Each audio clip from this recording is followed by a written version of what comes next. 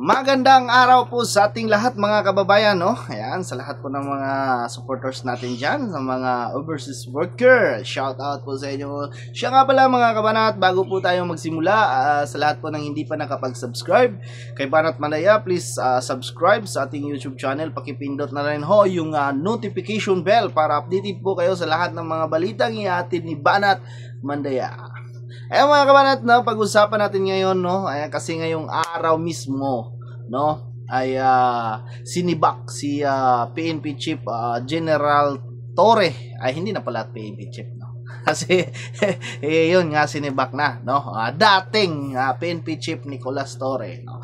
Sa ano kayang dahilan mga kabanat, no, hindi ba nagustuhan ng Pangulo yung performance, no, bilang PNP Chief ni General Torre, no? Sa matapos po yung mga ginagawa niya, QGC, no, pag dakip kay Kibuloy, no, Pastor Kibuloy, no, tapos yung mga ginawa niya, no, pinipressure niya yung mga tao sa QGC, yung saba lagi ba, yung mga tao doon, maraming nasaktan, no, may namatay pa sa QGC, ginawa talaga lahat ni Torre, no, para lang, masatisfy o magustuhan na nag-utos sa kanya nga mahuli talaga o hulihin si Pastor Apollo Kibuloy, no. Grabe yung QGC, no, yung time na yon, grabe talaga nangyari doon, no. May tinapunan pa ng tear gas, no. Actually, yung pinaka masaklap doon, no, marami talagang namatay mga kabanat, no. Saka yung kay Attorney yung kang Congressman Teves, no. Grabe, no, yung kay Teves, grabe din yun yung nangyari, di ba? Dinakip talaga yung niread pa yung bahay niya, no. Ang pinaka talaga mga kabanat, no, yung pinaka masaklap, no, ang dating presidente ng Pilipinas sa pagdakip sa kanya, di ba?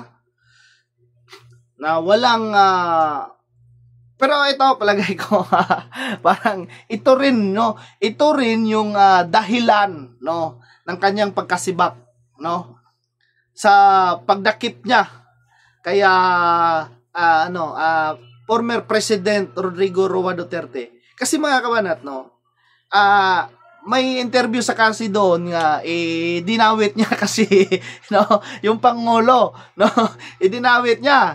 Klaro kasi, mamaya, ipakikita ko sa inyo yung video.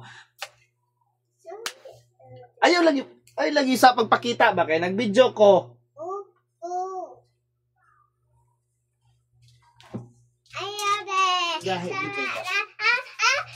Pagpuyo ha.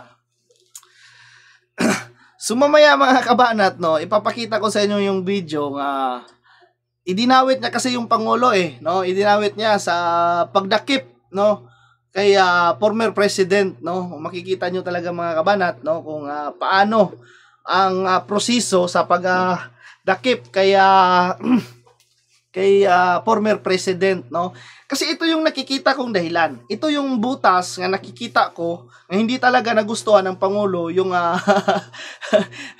hindi performance ang pinag-uusapan dito, kasi kung performance lang, di ba? Kung performance lang, no. Grabe talaga ang ginawa niya, Kibuloy, Teves, former president, no. Grabe yung performance na ni General Torre niyan, no. Kaya siya naging PNP chief dahil nga sa performance, no. Ang main point talaga dyan mga kabanat ay mayroon talagang hindi nagustuhan ang Pangulo sa kanya dahil sa interview sa kanya, dinawit niya yung Pangulo. Diba? Mamaya ipapakita ko sa inyo yung video sa kanyang interview. Ito yung butas nga nakikita ko, no? Ito yung butas nga nakikita ko. Kasi, yun nga, alam naman natin, di ba? Pero alam naman natin mga kabanat, no, nga hindi talaga mangyayari ang pagdakip kaya former president kung hindi talaga papayagan ng Pangulo ng Pilipinas na makapasok ang ICC dito sa ating bansa, di ba? jurisdiction na yan, etc. yun. Malinaw naman yung sinabi ng Pangulo. Mamaya, sabihin ko sa iyo, ay papakita natin yung video, no? Kasi yun, mga kababayan, no? Sabihin ko sa inyo, no? Kasi kung performance, ang pag-uusapan talaga, ay, nako, bilib na bilib ang Pangulo sa performance ng Torre na yan, no? Kasi, yun nga, yung pag-aresto pa nga kang Tatay Digong, di ba? Wala nang ano talaga dito, wala nang batas, wala nang 4-star dito, 3-star, ako na talaga ang ano dito, oh, di ba? Nilalamangan niya pa, sabi nga ni Senator Marcos nga yung trabaho ng iba, itrinabaho mo ba, sagutin mo ngayon, di ba? Oh. Kasi kung performance lang, no, pagbabasihan, grabe talaga yung performance, grabe yung ginawa sa QGC, di ba? Nandoon talaga ako, mga kabanat, no. Saksi ako talaga mismo sa nangyayari sa QGC, no. Kung gaano talaga yung mga tao naghihirap sa ginawa ng Torre na yan, no. Kaya kung performance ang pagbabasihan, no, para sa inyo, mga kabanat, no, ano ba talaga? Performance o yung sinasabi kong dinawit niya kasi yung Pangulo sa kanyang interview, no? Kasi ano kasi yan, medyo ano talaga, sensitibo talaga kasi yan, eh. Dapat hindi mo talaga binanggit yung pangalan ng Pangulo para safety ka. No? Ito talaga yung mga kabanat, no? Basta ako, ito yung silip, no? Ito yung palagay ko. Hindi performance ang dahilan ng pagsibak sa kanyang pwesto, kundi yung interview sa kanya idinawit na yung Pangulo. Sa akin lang yun ang palagay ko. So hindi mo naman natin masisisi kung ano ang opinion ng iba, kung ano naman yung sa palagay nyo ang dahilan ng pagkasibak sa pwesto. Kasi nga, sinasabi ko sa inyo, yung basihan, kung performance lang ang basihan, grabe talaga yung performance ng ating PNP chief, General Nicolas Torre, no? Grabe yung performance niya, napapabilib talaga yung Pangulo niyan. Kaso lang, sa mga interview sa kanya, siguro, sa palagay ko lang, no? Sa akin lang talaga, no? Kung kayo ang tatanungin ko, no? Yung video, ipapakita natin, no? Sa inyo, no? Yun nga kasi, mga kabanat, no?